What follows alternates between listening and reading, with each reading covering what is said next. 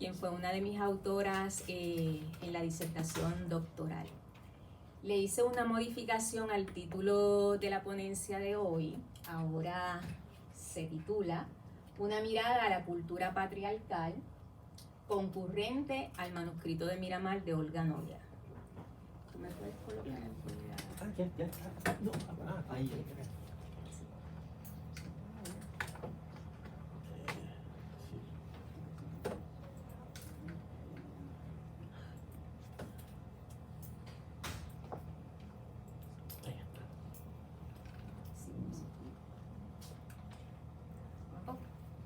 Gracias.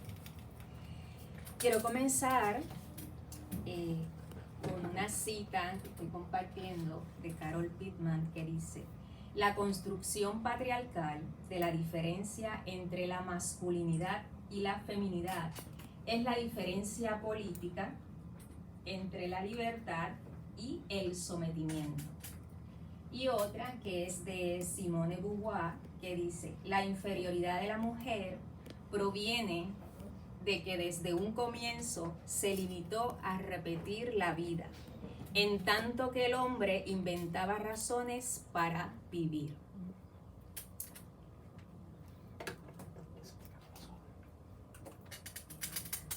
Comienzo. El término patriarcal fue establecido por Kate Millett, quien lo usó como categoría analítica con la intención de crear un marco conceptual de crítica del patriarcado, que basó en una definición de política sexual, según documentan Fariña y Suárez, en el artículo La crítica literaria feminista, una apuesta a la modernidad.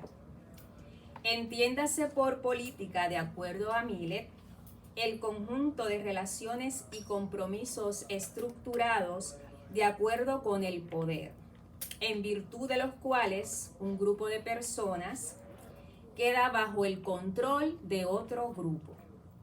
Valcárcel, citada por Fariña y Suárez, explica la definición de Millett como que el patriarcado es el sistema de dominación genérico en el cual las mujeres permanecen genéricamente bajo la autoridad a su vez genérica de los varones.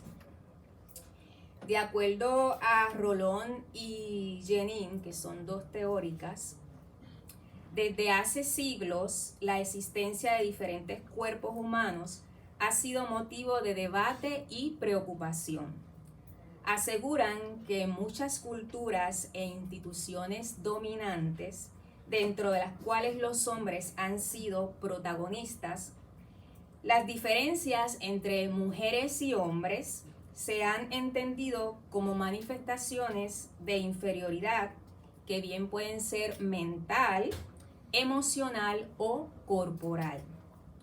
Estas han llegado a constituir la base de un mundo en el que las mujeres han sido oprimidas por esa cultura patriarcal, abusadas, negadas y segregadas.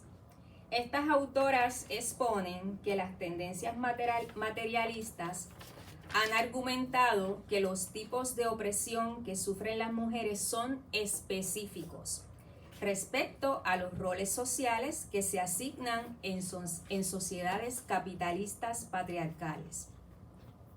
Celia Amorós afirma que la filosofía patriarcal es el no pensamiento sobre las mujeres, mientras que para Carnero lo masculino es el poder, ya que es el espacio de la construcción de discursos, de lo público, de lo político y también de lo ético, de la producción cultural y simbólica, de los descubrimientos de la ciencia y de la filosofía. Cordero contrasta lo masculino con lo femenino. Dice que lo femenino es el espacio privado, cerrado, el del matrimonio, el de la maternidad, el de la vida hogareña y el trabajo doméstico. Por tanto, lo femenino se mueve en el ámbito familiar. De acuerdo a lo que expresan Montero y Nieto en el artículo El patriarcado, una estructura invisible, un síntoma de que no se quiere reconocer la situación de desigualdad real de las mujeres es precisamente la falta de divulgación y comprensión del término patriarcado, así como el desprestigio que han sufrido las palabras feminista o femenino. Para estos autores, el primer mecanismo que usan unos y otras para contribuir de manera consciente o inconsciente al mantenimiento de lo que es el sistema patriarcal es el de la negación o ocultación de la realidad, el mecanismo del silencio, de la invisibilidad, de no llamar las cosas por su nombre, como si al no nombrarlas no existieran. Para Montero y Nieto, el patriarcado designa una estructura social y jerárquica, basada en un conjunto de ideas, prejuicios, símbolos, costumbres, incluso leyes respecto a las mujeres, por lo que el género masculino domina y oprime al femenino. Añaden que el patriarcado es una estructura que está por encima de las personas, aunque cada persona, sea varón o sea hembra, hace su aportación para que dicha estructura se mantenga. Como el sistema patriarcal es una construcción social, los autores creen que los aspectos más visibles son manifestaciones socioeconómicas. Primeramente señalan que el papel social de la mujer está definido por estereotipos como los siguientes.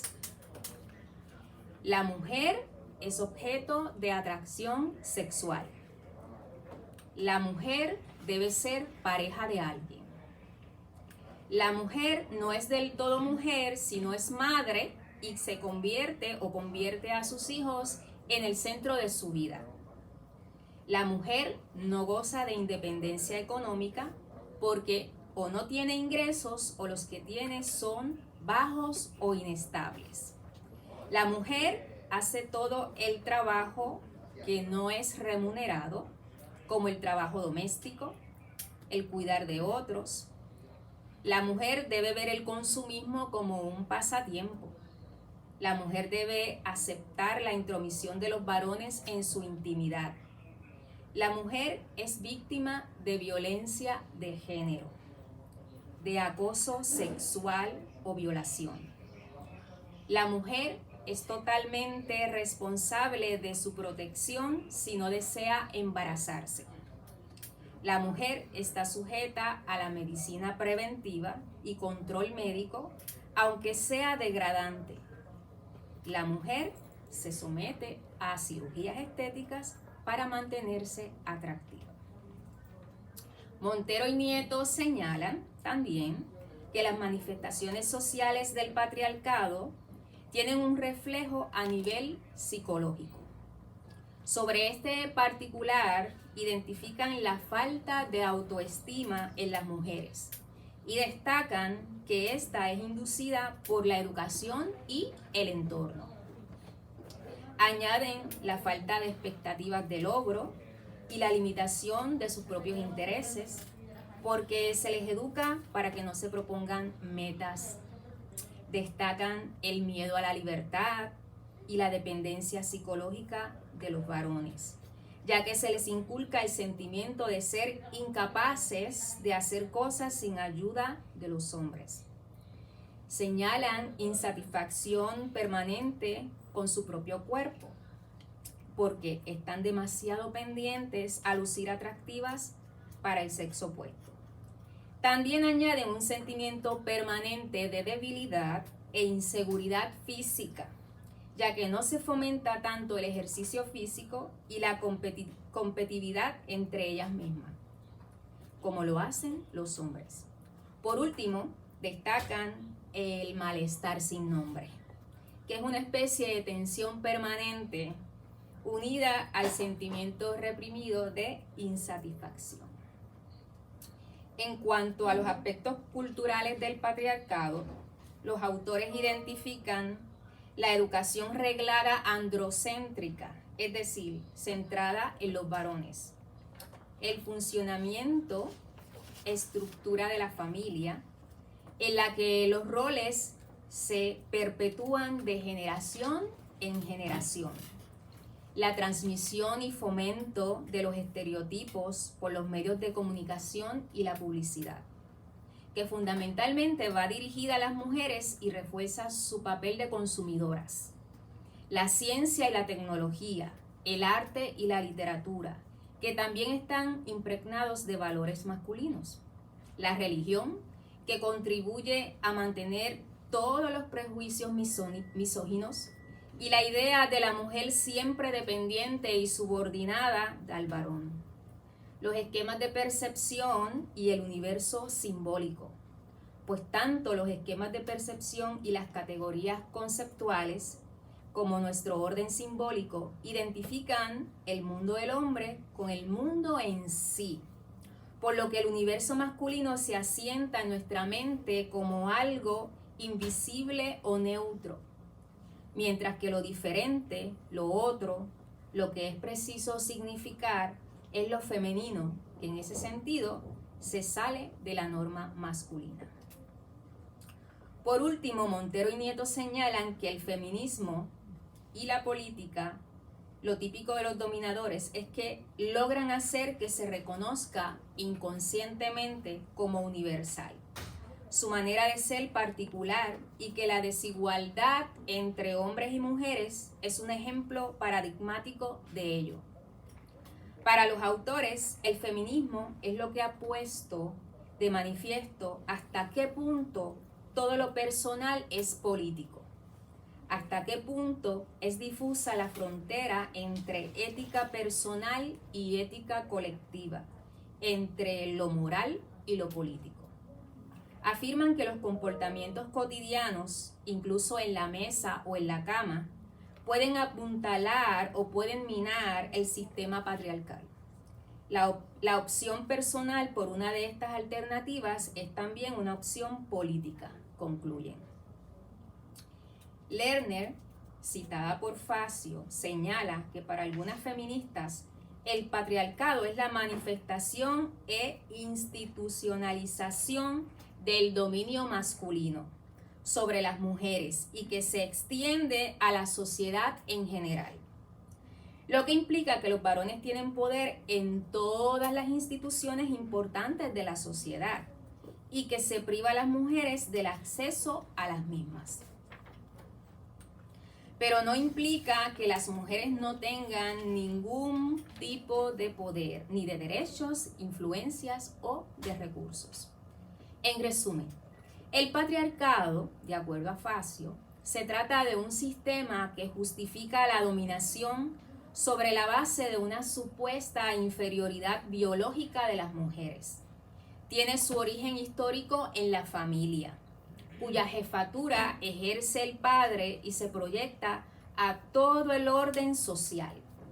Pero existen también un conjunto de instituciones de la sociedad política y civil que se articulan para mantener y reforzar el consenso expresado en un orden social, económico, cultural, religioso y político, que determina que las mujeres, como categoría social, siempre estarán subordinadas a los hombres, aunque pueda ser que una o varias mujeres tengan poder, hasta mucho poder, o que todas las mujeres ejerzan cierto tipo de poder, como lo es el poder que ejercen las madres sobre los hijos. Facio señala una serie de características comunes en todos los sistemas patriarcales. Estas son un sistema histórico que da cuenta de la exclusión histórica que han vivido las mujeres al negárseles la posibilidad de registrar su historia. Y por otra, permite concebir la posibilidad de cambio en la situación de las mujeres. Otra característica es el dominio del hombre ejercido a través de la violencia sexual contra la mujer, institucionalizada y promovida a través de las instituciones de la familia y el Estado. También, aunque existen hombres en relaciones de opresión en todo sistema patriarcal, las mujeres de cada uno de esos grupos oprimidos mantienen una relación de subordinación frente al varón. Otra característica son las diferencias biológicas entre los sexos. Estas son leídas en términos de superioridad del sexo masculino sobre el femenino. Por otro lado, Facio señala que el lenguaje es un fenómeno social a través del cual se ve reflejado el modelo de sociedad existente en un determinado lugar y en un periodo histórico específico. Ninguna sociedad vive al margen de su lenguaje, sino más bien existe en él. Dice que en una cultura en la que el lenguaje no registra la existencia de un sujeto femenino, podríamos concluir que o no existen las mujeres o éstas no son vistas como sujetos de dicha cultura. Destaca que el diccionario es un buen lugar para comprobar la centralidad de lo masculino y la marginalidad de lo femenino. Por ejemplo, los adjetivos están siempre en su forma masculina en los diccionarios de lengua española, agregándoles una A para las formas femeninas. Facio concluye que con el diccionario no solo comprobamos la centralidad de lo masculino, sino que podemos comprobar que el lenguaje no es neutral, sino que tiene una perspectiva claramente masculina. Y además presenta a las mujeres como seres inferiores o más cercanos a los animales. También con el diccionario podemos ver cómo el patriarcado conceptualiza a la mujer como animal de sexo femenino, mientras que el hombre es conceptualizado como un ser racional. De otra parte, Facio destaca que la familia es considerada por las teorías feministas como el espacio privilegiado de reproducción del patriarcado, en tanto constituye la unidad de control económico, sexual y reproductivo del varón sobre la mujer y sus hijos. Dice también que en las culturas patriarcales el trauma del dominio sobre los cuerpos ha recaído fundamentalmente en las mujeres, quienes han sido legitimada históricamente la violencia en su contra en el seno familiar. La autora considera además que la erotización de la dominación patriarcal da cuenta de la transformación que operó en algún momento de la historia para que tanto hombres como mujeres internalizaran que en el acto de infringir, recibir dolor, a la vez recibían placer. Por lo tanto, es la erotización de la dominación la que condiciona a las mujeres a la aceptación de la servidumbre sexual.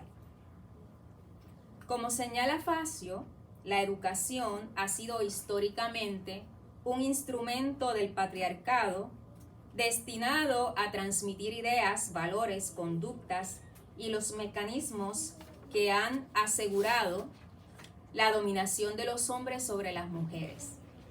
En principio, las mujeres fueron excluidas de la educación, puesto que el rol que les correspondía cumplir era el de esposa y madre, rol que se aprendía necesariamente en el seno familiar y a través de procesos de socialización propios al sexo femenino y transmitidos por otras mujeres.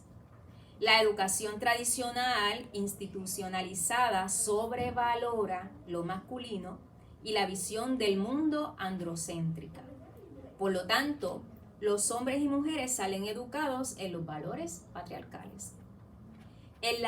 En cuanto a la historia, Facio afirma que es otra institución del patriarcado, plantea que la historia no registra los aportes y violaciones a los derechos humanos de las mujeres, pero sin embargo, las mujeres son y han sido parte central, no marginal, de la formación de la sociedad y de la construcción de la civilización.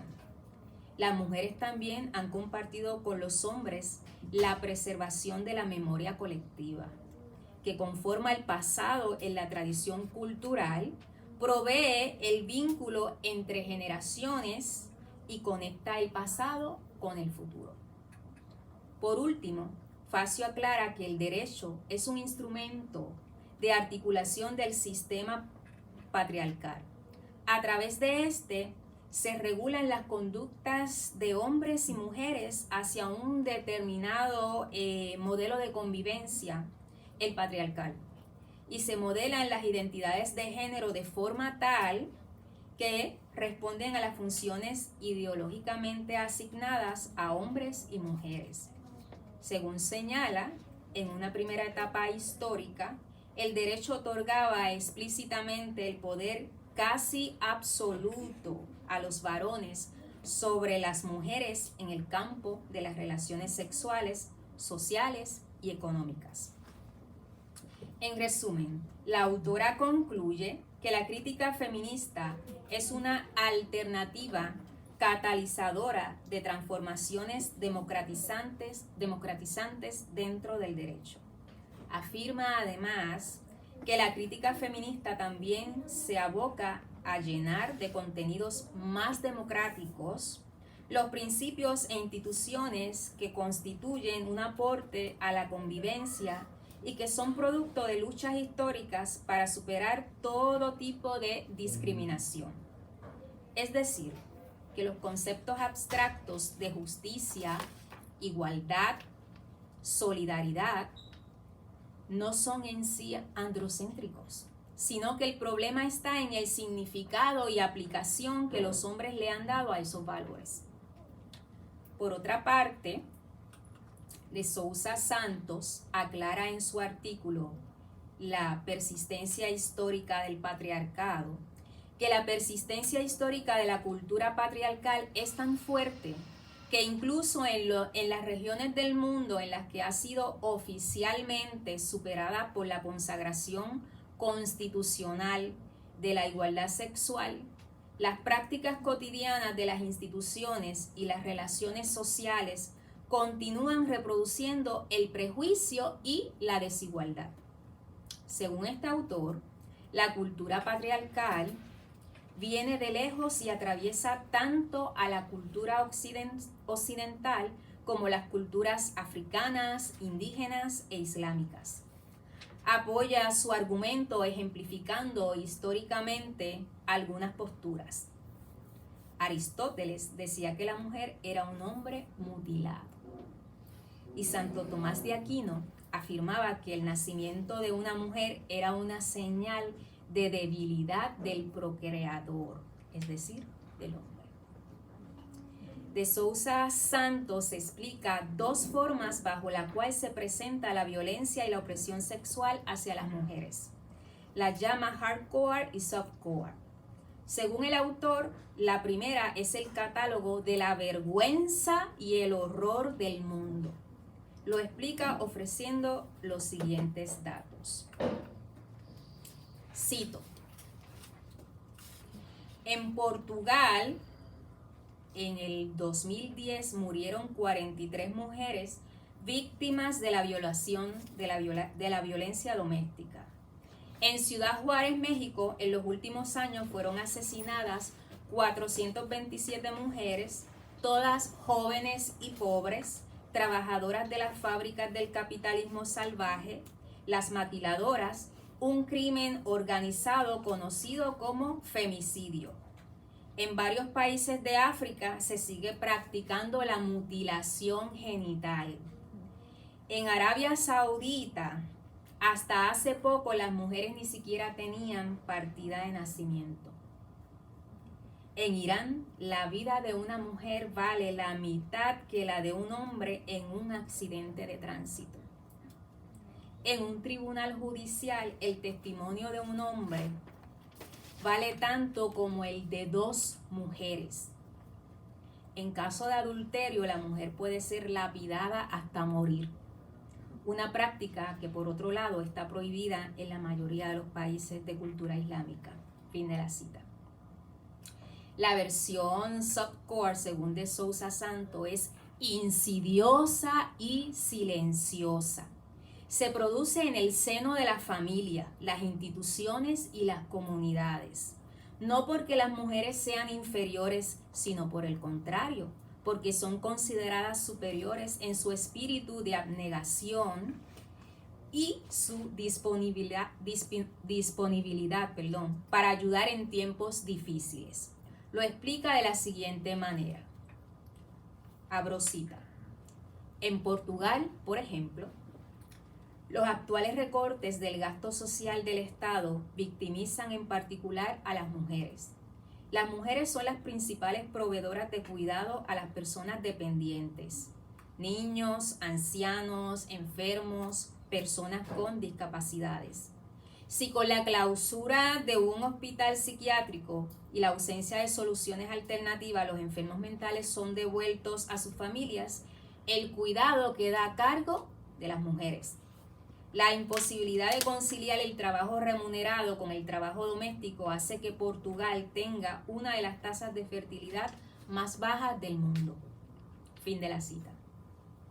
Por otro lado, el autor añade que la cultura patriarcal tiene, en ciertos contextos, otra dimensión perversa, que es la de crear en la opinión pública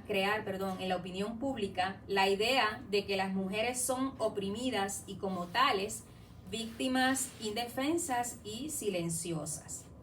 Este estereotipo hace posible ignorar o desvalorizar las luchas de resistencia y la capacidad de innovación política de las mujeres, señala de Sousa Santos. Por otro lado, Yaparié expresa en su artículo La mujer en la cultura patriarcal que la mayoría de las mujeres en la cultura patriarcal han padecido y siguen padeciendo los embates de la represión machista a partir de la idea de que el sexo femenino es un sexo acrítico, pasivo por naturaleza. Este autor expresa que la manera de concebir al hombre y a la mujer con su respectivo quehacer a nivel cultural, político e ideológico se debe a la peculiar forma del pensamiento patriarcal que afirma que la mujer es pasiva, obediente y que no tiene pensamiento crítico, mientras que el hombre es activo y es capaz de pensar por sí mismo y por las propias mujeres. Según Yaparié, este pensamiento genera abusos hacia la mujer y hace que los hombres sean los que gobiernen y las mujeres las que obedezcan. Para finalizar, Yaparié plantea lo siguiente, abro cita. Si la mujer empieza por pensarse desde sí y desde sí hará conciencia de cómo se entreteje la cultura del otro y de cómo ha sido entretejida ella misma, la cultura del otro posee un sentido y una significación misma que da un sentido, sí, pero una designificación para la mujer como ser humano, con capacidades como las del hombre mismo. La mujer objeto se designifica como sujeto activo capaz de construir e imprimir su espíritu en la cultura del otro. En esta designificación, la conciencia de la mujer, que es conciencia de sí misma, pierde sentido, pues está allí sin